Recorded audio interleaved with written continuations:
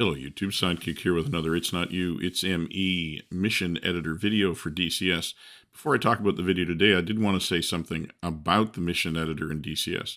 I started making these videos, and if you haven't watched the other ones, you should go back and take a look at them. But I started making them because I wanted new players particularly not to be intimidated by the mission editor. It does have a bit of a reputation, and as we've talked about before, it is a bit of an acquired taste, although it is getting a lot better. Eagle Dynamics does keep improving it. But the point is that it really opens up a lot of other opportunities that you won't get by playing missions that have been made, either provided with the game or that you bought as part of a campaign or that other people have made. It really does provide a point of departure that allows you to do a lot of different things in the game. It's actually where I start pretty much every session of DCS. I go to the mission editor, decide what I want to do today. A little bit like the Microsoft Flight Simulator world map, although a lot more capable than that. So I hope that this series of videos is helping you try the mission editor if you haven't before, and if you have tried the mission editor, maybe you're learning a few things. At any rate, what we're going to talk about today is the F-104G mission that I released a video about just a little while back. I wanted to look at that one because it had some new things that I hadn't talked about before and some new features of the mission editor in it. So let's just get into the mission editor and talk about the mission. Okay, so here we are. This is what you would have seen if you opened the mission that I actually released. And by the way, this mission is available on my Discord server if you want to go get it. So this is what you would see when you open the mission. And the interesting thing here is that you can see that there's a whole lot of symbols on the screen that you wouldn't be used to seeing if you'd been looking at the mission editor more than a couple of months ago. And they're part of the new drawing layer and drawing tool that Eagle Dynamics introduced in a release just a little while back. And that's one of the things that I want to talk about in this video. The other thing that I want to talk about, I think we'll go through it first just because it's easier to do it that way. The other thing that I did in this mission was I added a user-definable difficulty setting. And I just wanted to show you how I did that and what I did with that. I think that's an interesting thing to do. Makes the mission a little bit more interesting, give players a little bit more choice, maybe make the mission a little bit more replayable. So first thing first, let's actually enable some stuff here so you can actually see what's going on in the background. So I'm just going to go to the Units tab here, and I'm just going to tell it to show all of the hidden units so you can actually see what's going on underneath the display that was actually displayed to players when they came into the game. So I really like the new drawing layer because it means that you can actually provide information to the players that isn't the actual mission editor information. And that adds a whole new dimension to how you can actually present stuff to the player. So I think it's really pretty useful. The other interesting thing you can see here is so you can actually reverse things here. And I can just actually go up and I can turn off all of the drawings. I've got them all set in one layer right now. So now the drawing layer is all gone, and we're back to looking at something like what you would have been used to seeing in the mission editor before we started having that drawing layer available. So what you would have seen if in that drawing is that this is a mission where we're flying an F-104. We're coming down over the river, which is on the friendly side of the territory, and then we're ingressing, and then we're going to fly down the valley behind this position, which is a towed artillery battery. And that's going to be our target, and the idea is we're going to fly low down the valley, and we're going to do a pop-up attack, and then we're going to egress back to the north, and it's kind of a rush because you get to fly low and fast and pop up and then put some warheads on foreheads. So that's the target there. The units again, just get them out of the way. Really turn on just the target units here, so we'll turn them on. And you can see that they also have a command to be firing at a point. So if you actually see them long enough, you'll see that they are actually probably firing. Trying to give them a bit more visibility. I don't know how well it really worked, though. So let's just take a look. This is the air start aircraft. There's a ground start and an air start, but they basically both have the same flight plan. And you can see how it goes through. There's just a sort of a setup. Then there's the turning point. Then we fly down a creek until we hit the initial point. Then we fly down the valley till we hit the pop-up. And then we engage the target, and then we egress. So that's basically how the mission is going to work. Okay, so let's one other thing we should turn on here. We should take a look at zones. There's a bunch of zones, most of which are hidden. I had the target visible, but I didn't have any of the other ones visible. So let's turn them on and just take a quick look. There's a zone called initialize, and that's a zone that we use to make sure that the player gets to pick the mission difficulty. And there's a similar one called takeoff that we use for the ground start.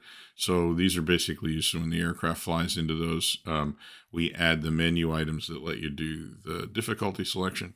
This IP point is a point that we have to set because we're going to use a smoke mark on the target because it's actually very difficult to see. And so we're going to use the aircraft entering the IP to trigger the smoke mark. And then last of all, we have the mission end zone up here, which is a zone that we basically use that once the aircraft flies into it, then we can end the mission. Let's take a quick look at triggers. Specifically, I want to look at how I use the trigger system to give us this programmable difficulty level. The idea being that right at the beginning of the mission, the player flies into a zone, and then we will send them a message and let them know that they should use the F10 menu to pick the difficulty level that they want to fly at. And it's easy, medium, and hard. And then there's really kind of an Iron Man setting, which is hard and without any smoke mark. So that message is the message that they get here, and you can see that it's triggered. There's an OR in the trigger because we have to set it up for both aircraft. We have the ground start and the air start. They each have their own zone that they have to be in to trigger it, so we need to have that OR statement to cover them both. So in the actions, you see the message and the sound that will alert the player to the fact that he now has a menu he can go check. The other thing that we have there is a couple of flags. The flag 1 is just a flag that I set to tell the rest of the program that this message has actually occurred, because again, you have to remember in the mission editor, there is no flow control. None of the statements have to happen in a particular order, so you have to use flags to tell later triggers that an earlier one has occurred. And the flag on 10 is actually the default difficulty flag, which is 10. So easy is 10, medium is 11, hard is 12, hard without the smoke mark is 13. If the player doesn't do anything, this means that the system will default the difficulty to easy, which is flag 10. Okay, so now we have to add a bunch of triggers to actually add the menu items.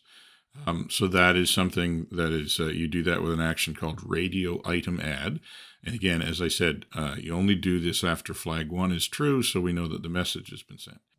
So that radio item add action is going to add a menu item. It's going to say easy difficulty. And when it's selected, it's going to set flag 10. And flag 10 is the flag we already agreed was for easy. Similarly, we add another trigger that adds the radio item add action, but this time the menu item will say medium difficulty, and it'll set flag 11. We do the same thing for hard difficulty. Clicking on hard difficulty will set flag 12. You can see there. And then the last one is the one which it's hard with no smoke, and that sets the flag to 13. Okay, so now we need to go and figure out what to do when each of those flags are set. Well, the first thing we're going to do is add a trigger for each of them that will basically give feedback to the player. So it's just going to send a message and play a sound that tells the player what difficulty he has selected. So we add one here for medium, and we'll add one for hard. And then what we'll do for the no smoke mark one, actually, we just need to actually set an additional flag. We need to set the hard flag when we also set the no smoke mark flag. And you'll see why here in a sec. So what does difficulty mean in the context of this mission? Basically, what I decided to do was to have difficulty be related to how many units were going to be on the screen, how many enemy units the player would have to deal with, basically. In easy difficulty, they're going to have the target. They're going to have a few combat arms units forward of the target. but they're not really going to have anything that's very dangerous in terms of AAA fire, either on the way to the target or really on the way off from the target. So should be basically they should be pretty much unmolested. In the medium difficulty, we add a bunch of unguided 23 millimeter AAA units in various places, and also add a few more ground units that are closer to the ingress and egress. So if the player isn't careful, they may fall afoul of some actual ground units who may take a shot at them, which in fact happened in the video that I made. And then the hard level of difficulty, we actually add some shilkas, some radar-guided AAA, and we sprinkle them around the place, including obviously near the target. And so that will make it put a lot more of a premium on not getting very high for very long, so they can zero in on you. So that's how we're going to implement the difficulty. So basically all of that sort of code in the triggers is contained in this next section that's called activation. So let's go take a look at that. And I should point out that the way this is done is that everything's incremental. So we start with everything that's on at flag 10 stays on for flag 11, and everything that's on for flag 11 stays on, and then flag 12 is added to it. So that's so we're going to start with something that I've labeled here as baseline. So that's going to be on no matter what. So in easy difficulty, and it's really just a bunch of groups that will have to activate as part of easy difficulty. There's a trigger here about the smoke mark. Basically, it says that it's the code to place the smoke mark when the player is in the IP zone, but it doesn't happen if flag 13 has been set. So if you have selected the hard difficulty with no smoke mark, then this trigger won't fire. So then the next one that we have to look at is medium. So medium will go on if flag 11 has been selected, which is the medium difficulty, but it'll also go on if flag 12 has been selected as the hard difficulty. So either medium, so in either medium or hard, we'll activate all of these extra units. You can see there's some AAA there and some extra ground units, as we talked about. And then on the hard difficulty, which is only activated when flag 12 is active, you can see that we've basically added a whole bunch of shilkas. So that's basically how we implement the difficulty, by activating a bunch of different units. The one other thing that I did as part of the difficulty is contained in the next sort of section here, which is called damage enhancement. And what I did was assume that for easy and medium difficulty, that if you hit a towed artillery piece, that it's going to have some ammunition lying around that you're likely to hit as well. And so you're going to get a little bit larger explosion than just hitting the gun.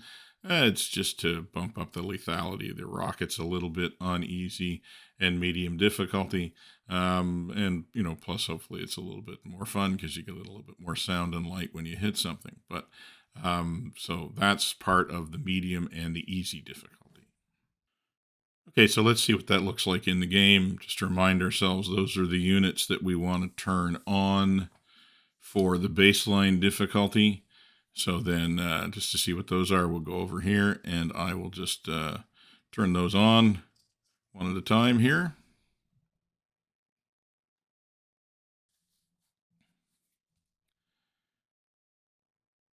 And then you can see that we've got our artillery battery, that's the target. We've got some BMP and tank platoons down here near the forward line of owned troops, which is that creek bed. And then we have an unarmed convoy on the road here for a little bit of local color that you might see if you end up flying in that direction. So that's all that's going to be on the screen if you choose the easy difficulty. And as I said, there's really nothing there that should get in your way. If you fly the route that's been specified in your flight plan, you're really not going to fall afoul of any of these guys. Okay, let's just take a quick check, make sure I got all of the units. There was quite a list there for baseline. Let me just go check again here. Nope, not medium. What baseline? Okay, yes. Missing some of the tank units, I think. So let me go in and add the tank units. Okay, so now we have a couple of tank units. Again, they're pretty much just local color. You probably won't interact with them if you fly the flight plan that is set in the mission. Okay, so now let's go back, pull back out here and take a look at the triggers. and take a look at the units that we're going to activate for medium difficulty. So we'll just go over here and check it again right around there. So we're going to add a whole bunch. We're going to add some AAA. We're going to add some more ground units. So once again, let's go back over here to the unit list, and I'll just re-enable all of those ones.